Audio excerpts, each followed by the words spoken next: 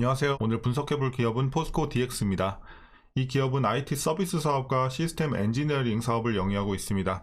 매출 비중은 시스템 엔지니어링이 66.4%로 가장 크게 차지하고 있고요. 월봉으로 차트 보시게 되면 이제 과거에는 횡보세를 좀 유지했던 기업이에요. 하지만 올해부터 가파르게 이제 상승을 시작을 했습니다. 자, 일봉으로 다시 돌아가서 이제 최근에 보시면 4월부터 이제 가파르게 올라가기 시작을 했고 최근에 뭐 굉장히 좀 기이한 현상이 포스코 그룹주나 이제 코프로 그룹주 관련해서 특히 2차 전지 관련해서 많이 나오고 있습니다.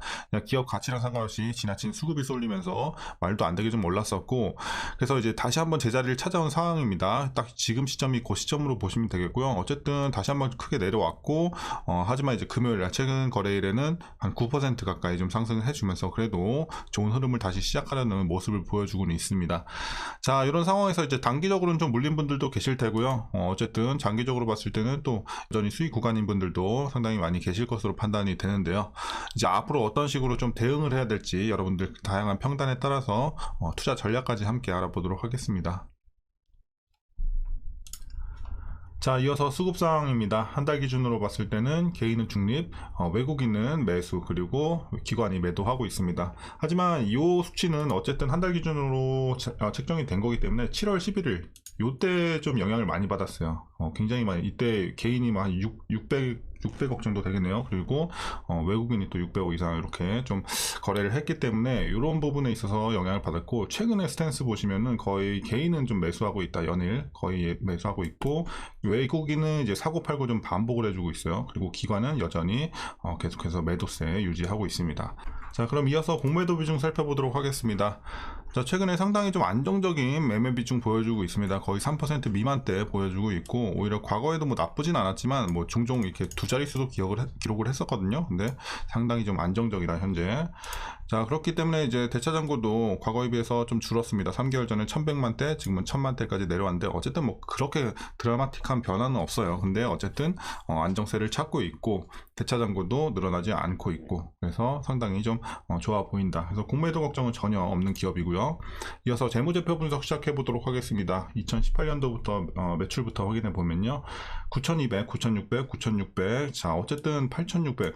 과거에는 그렇게 좋진 못했어요. 조금 횡보하면서 눌렸다가 작년에 개선이 많이 됐습니다. 1조 1000, 올해는 1조 5000까지 올라오는 최근의 흐름이고요. 자, 영업이익도 마찬가지로 보시면 과거엔 지지부진하고 눌렸다가 적자까지도 기록을 했었습니다. 하지만 작년에 턴어라운드 성공, 600억, 그리고 올해는 1200억까지 이렇게 올라옵니다. 자, 당기순이익도 뭐 비슷한 흐름으로 보시면 되겠어요. 적자를 계속 기록을 했었고, 작년, 올해 좋다, 이렇게 보시면 되겠습니다. 그래서 작년과 올해 실적 굉장히 올라가고 있으면서도 좋은 상황 보여주고 있습니다.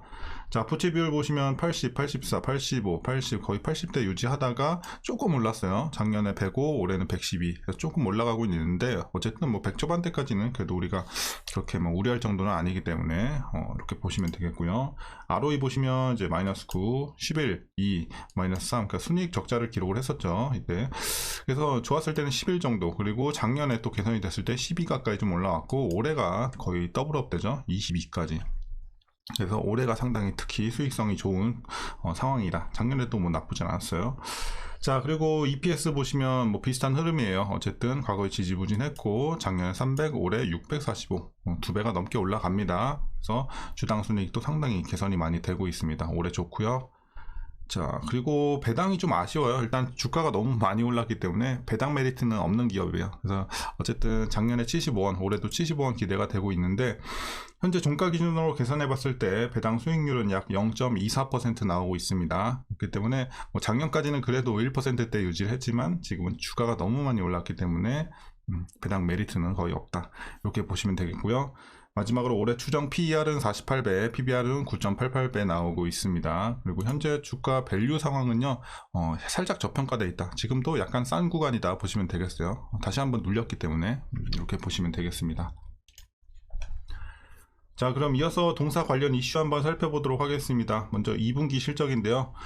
자, 매출 같은 경우는 전년 대비해서 55.1% 증가했고요. 영업이익은 137.4% 증가했습니다. 그래서 2분기 호실적 기록을 했습니다. 자, 당연히 뭐 2분기 영업이익 시장 컨센서스를 상회를 했습니다. 그 배경에는 포항 제철소 수해 피해 복구 프로젝트의 수익 인식이 2분기로 확장이 됐습니다. 그러면서 영업이익 크게 증가한 영향이 있었습니다. 그래서 2분기 좀 괜찮았고요. 자, 동사는 이제 지난 상반기 기준으로 봤을 때는 매출이 전년 대비해서 65% 증가, 그리고 영업이익은 98% 증가, 역시나 좋았습니다. 상반기 전체로 봤을 때도요. 자, 2차 전지를 비롯한 친환경 미래 소재 분야로 사업 확대를 추진 중인 이제 동사의 이제 그룹사죠. 포스코 그룹사 대상으로 이 공장 자동화, 스마트 팩토리, 산업용 로봇 분야 사업 기회가 증가한 결과였습니다. 그래서 이런 신사업 관련해서도 상당히 좀 좋게 인식이 되고 있습니다. 자, 결국 호실적 배경이 이런 독자 경쟁력이라고 하기보다는 그룹의 영향이 좀 컸다고 이렇게 해석이 되고 있고, 실제로 포스코 DX의 내부 거래 비중은요 83%예요. 굉장히 높죠. 그렇기 때문에 이제 경쟁사 대비해서도 상당히 높은 편이다, 이렇게 보시면 되겠습니다.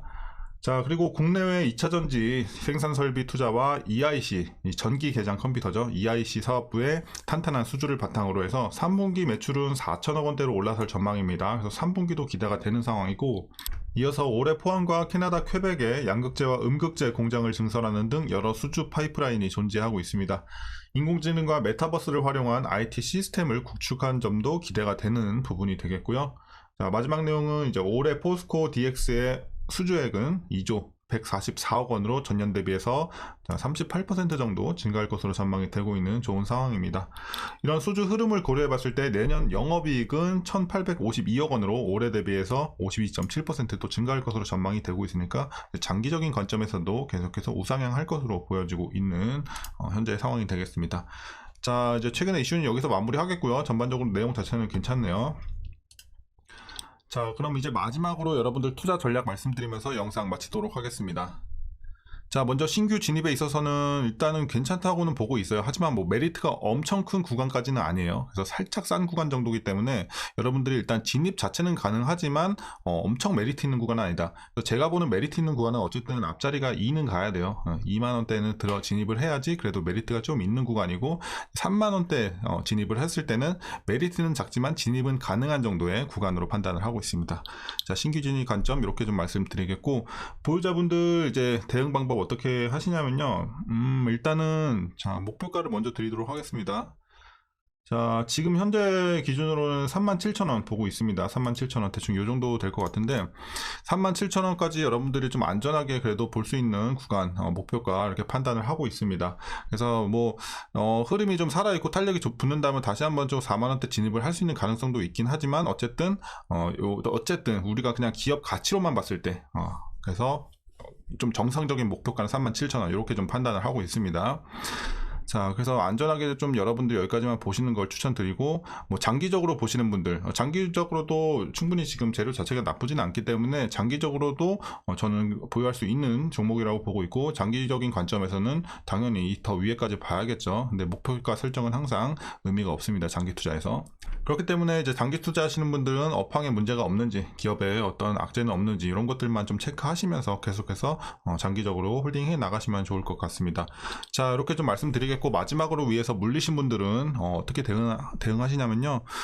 자, 당연히 이런 데서 물리면 안 되죠. 무조건 들어가시면 안 되는 구간이고, 들어가더라도 손절가 항상 말씀드립니다. 누누이 말씀드려요. 그래서 이런 데서 물리는 건 말도 안 되는 상황이고, 혹시라도 물리셨다면 어쨌든 일어난 일이니까 여러분들 일단 평단 관리 해주셔야 돼요. 지금도 많이 오르긴 했지만 어쨌든 저평가 구간이기 때문에 여전히 물탈 수 있는 구간이어서 한 번 정도 물타서 37,000원, 가능하다면 35,000원 밑으로 안정적으로 좀 빠져나올 수 있는 구간은 35,000원이에요. 그래서 어쨌든 37,000원, 이제 그리고 최대 35,000원까지 여러분들이 좀 평단을 맞춰 주시면 충분히 빠져나올 수 있는 구간으로 판단을 하기 때문에 뭐 너무 걱정을 하지 않으셔도 될 것 같습니다. 자, 그래서 평단 관리만 이렇게 좀 해주시면 충분히 나올 수 있는 종목이기 때문에 물리신 분들도 이렇게 좀 대응해 주시면 좋을 것 같습니다. 자, 오늘 전략 여기서 마무리하겠고요. 오늘 영상도 유익하셨다면 구독과 좋아요도 한 번씩 부탁드리겠습니다. 그럼 오늘도 시청해 주셔서 감사합니다.